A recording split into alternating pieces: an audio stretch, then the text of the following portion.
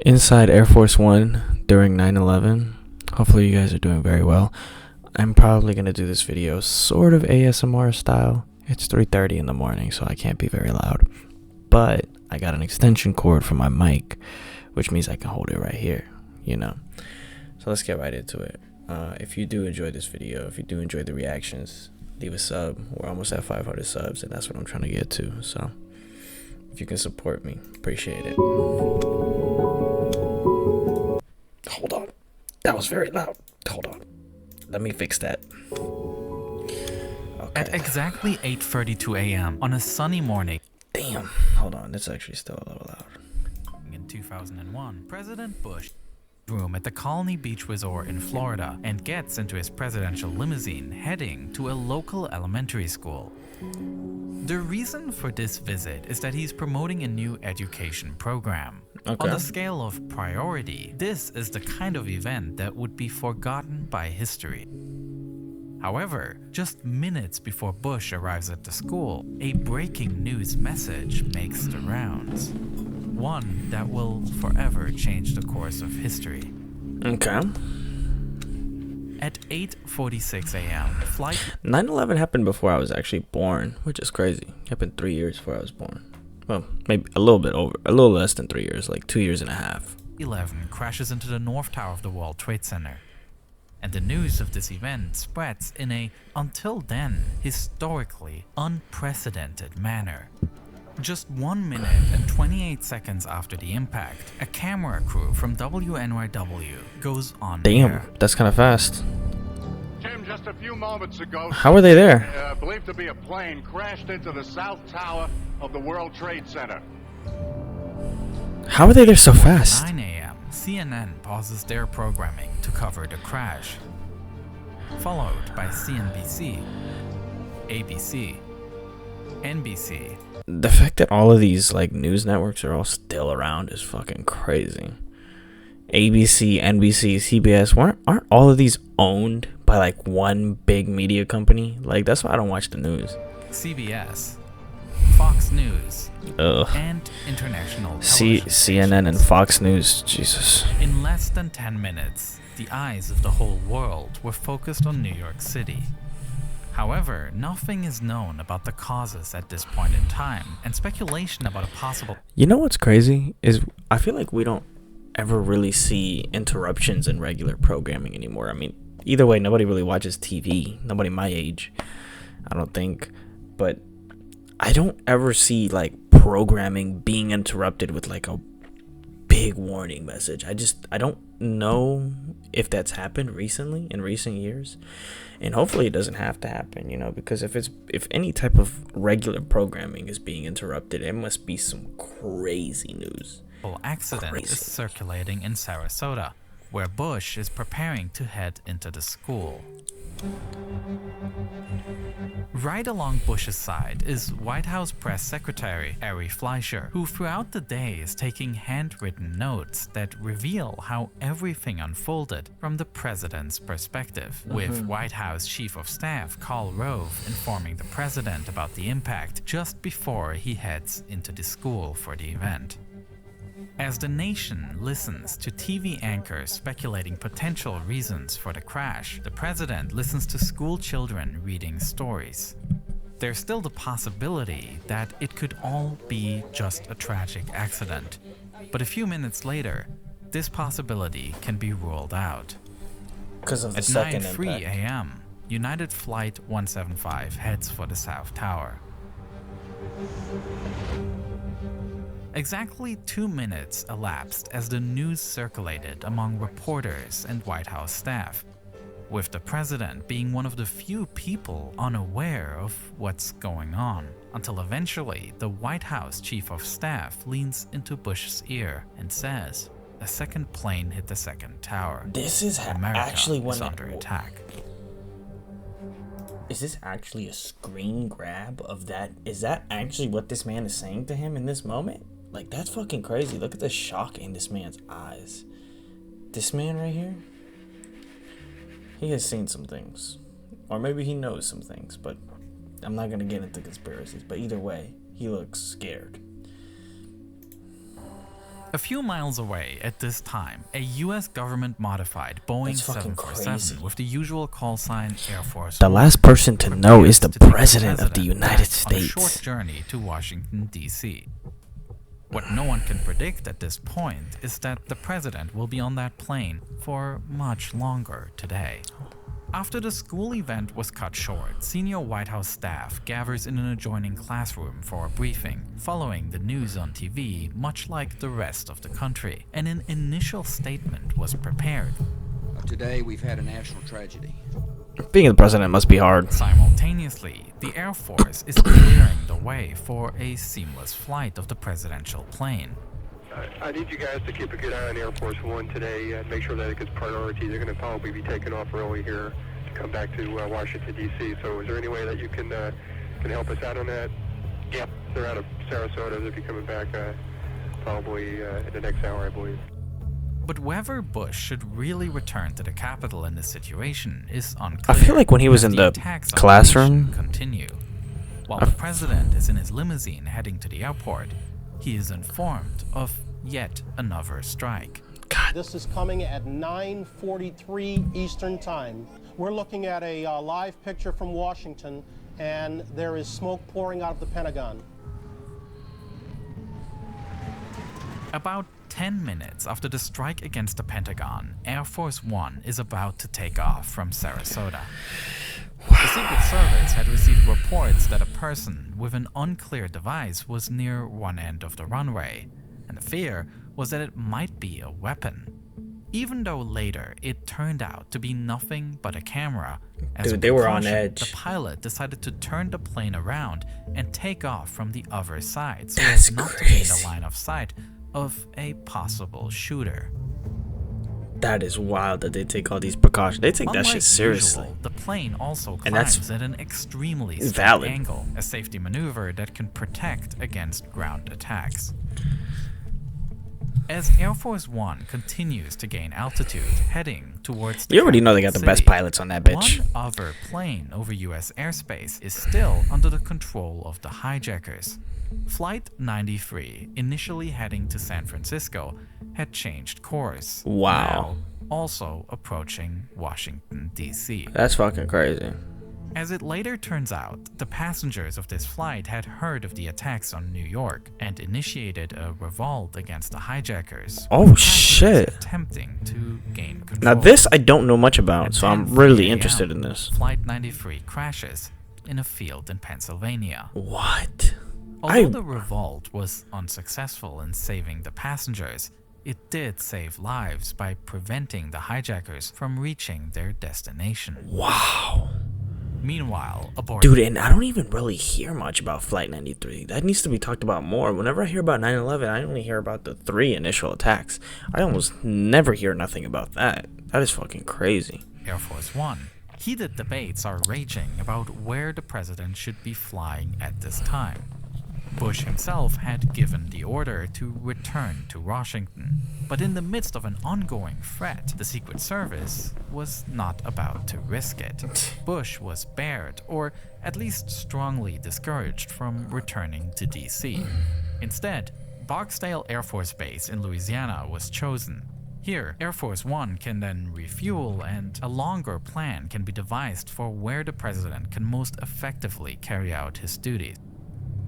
As the plane heads for Louisiana, growing concerns are also raised about the possibility of Air Force One itself becoming a target. While the plane is equipped with flares and smoke screens to detect radar and heat-guided missiles, it has no way to protect itself against an airliner collision. Air Force One is filing a random route, by the way. Okay. We don't know where they decided to go, but they still don't have a fighter escort. They still do not? That's correct. Holy cow. Adding to this concern is the fact that some airplane were not immediately Everybody responding to ATC was calls, sweating which bullets led that to day. the wrong belief that there might Everybody be an working for the additional Secret 3 Service and aircraft still The missing. government. Every plane in the sky It's like, yeah, that's was seen as a possible this threat now. this is the Therefore, epitome Air of Force One started like climbing the to job an that you signed up extremely for. high flight level, above the usual cruising altitude for commercial flights, heading up to 45,000 feet, so they can outrun anybody. While lateral movement is more difficult to track, Air Force One had this altitude for itself. And then, towards the end of their flight to Louisiana, Air Force One was joined by 2 fighter jets that had taken off from Joint Reserve Base Ellington to escort the president for the final few minutes. No. Throughout the flight, Air Force One's normally stable telephone lines were suddenly... What do you think, like, who do you think are the pilots that they, like, choose to go on those runs, to go on those missions? Because you know, all of these degular motherfuckers, like planes, not motherfuckers, planes, were just suddenly hijacked, right? And you see 3, and you hear about 3 or 4 hijacking, you know, terrorist attacks on your country, all within the span of like an hour. You're thinking this could be some crazy, big, fucking, just huge plot. Maybe so big, it's like, you know, maybe we have a mole in the government. Maybe we have somebody on the inside helping them with this shit. Like, you know, suspicions were just like through the roof. And who the fuck do they choose to go make that run to escort the president in those last few minutes? How do they not know one of those motherfuckers is on like a... They must have some rigorous training, some kind of like rigorous background checking, something. They gotta control everything about the lives of these people that are like the first in command for keeping the president safe. I wonder who those people are. They must be like best of the best, top of their class type people that just would never what's the word for it, like unreliable, making communications with the White House, where defect. Vice President Cheney was sheltered in a secret bunker, very difficult. I remember Dick Cheney. Communication networks across the country were at He was in their a limit bunker? that day, Damn. and Air Force One wasn't an exception. And it was during this flight when a controversial military order was made. One that, until today, is a controversial topic of discussion. In the bunker below the White House, there were ongoing fears that another hijacked plane was flying towards Washington, D.C. It later turned out that this was Flight 93, which crashed in Pennsylvania 10 minutes earlier. However, the information about the crash had not yet reached the White House, and between 10:12 and 10:18 a.m., Vice President Cheney was asked whether this plane should be shot down if it continued to head towards the Capitol. According to witnesses, as well as Cheney's own biography, he replied without hesitation and gave the go-ahead for the shooting down of a commercial plane that poses danger. The problem with such an order, however, is that Cheney, as vice president, is not part of the military chain of command. According to this hierarchy, such an order comes from the president, with the only other person in question being the Secretary of Defense, Donald Rumsfeld, who is second in line to the president. Rumsfeld could not be reached because he was at the Pentagon, which was itself the target of an attack, and he was busy helping with rescue work on site. Standing in the same secure room as Dick Cheney when he made that order was White House Deputy Chief of Staff Joshua Bolten. After Cheney made the order, he immediately asked Cheney to call the president to confirm this command. Cheney does exactly so and rings Air Force One at 10:18 a.m. to speak with the president. According to the investigation report, this phone call lasts 2 minutes, which lines up with the notes that Ari Fleischer took. At 10:20 a.m., these notes show the words, "Authorized shutdown if necessary." The question, however, remains. Wow. Did Vice President Cheney initially give a command that he wasn't entitled to give? There was so much paranoia in this time and this period of history. Confirmed this order. This is like some fucking this is like Cold War shit. Like, I feel like at this, like, especially during the moments of attack, right? It's obvious because it's an attack. Like, it's visual. It's like it's there. In the Cold War, nothing really happened, but like, imagine the tension that was going on, and all of these people, like, they must have been stressing. I can't even blame Dick Cheney, but man, to just shoot down any plane? Is that what I heard? Did I hear that wrong? In a previous conversation with Bush, Shoot down any plane that seems like a threat. Fleischer's notes do show that Bush and Cheney spoke on the phone beforehand, visible in the above entry at 9:45 Dude, having the job of writing a.m. down the president's life However, is there's crazy. no sign of a conversation about and a everything he possible does on a shoot day-to-day down. basis. Does this thing does Whether the two that still spoke about exist this with or Trump not can not be answered or conclusively. Biden? I should say.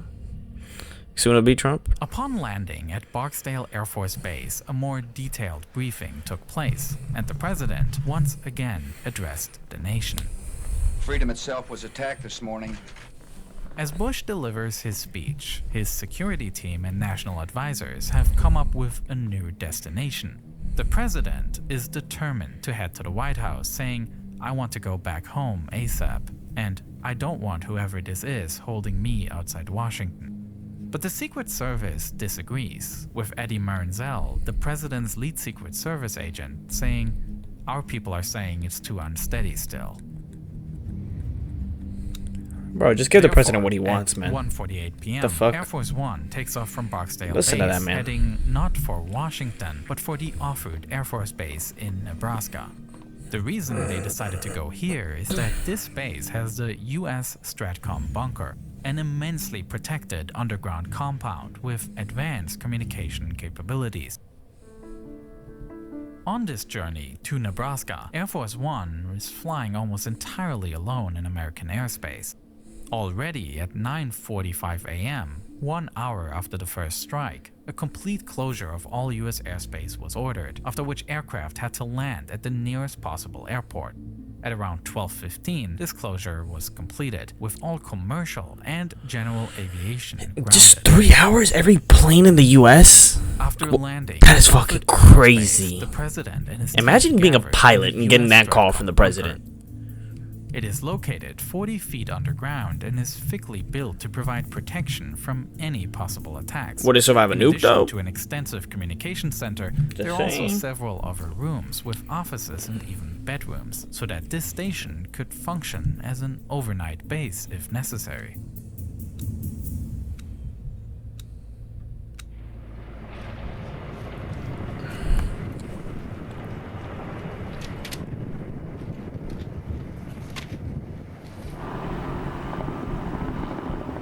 Wow. At 4:36 p.m., the active attacks on the nation seem to have come to an end, and the security situation allows the president to take his third flight of the day. Air Force One departs, bound for Joint Base Andrews. But even this flight was carried out under immense security concerns, as the Secret Service not only worries about security in the airspace, but also considers possible threats on board. One, not frequently reported on, concern was that just a few hours earlier, a call had come in at the White House switchboard with a message that resulted in the worst of fears. The message on the call was "Angel is next." Angel is the internal code word for Air Force One, and what is especially concerning is the fact that this code word was not publicly known, leading Secret Service agents to suspect an insider might be plotting an attack on the plane. In face of this ominous message, the Secret Service decided to permanently Angel is station agents next. in the aisle of the president. Next in what? Additionally, another agent was placed near the cockpit door, ready to defend it from any intruders. In the later investigation into the events of September 11, it'll appear that a number of misunderstandings had led to this warning, and that these exact words were not uttered on the phone. It was one of many false alarms that day that severely raised tensions aboard Air Force One. There'll always be At hella false 6:44 alarms. p.m., Air Force One lands at Andrews Air Force Base. From here, the president flies on Marine One to the White House, where he will address the nation from the Oval Office that same evening.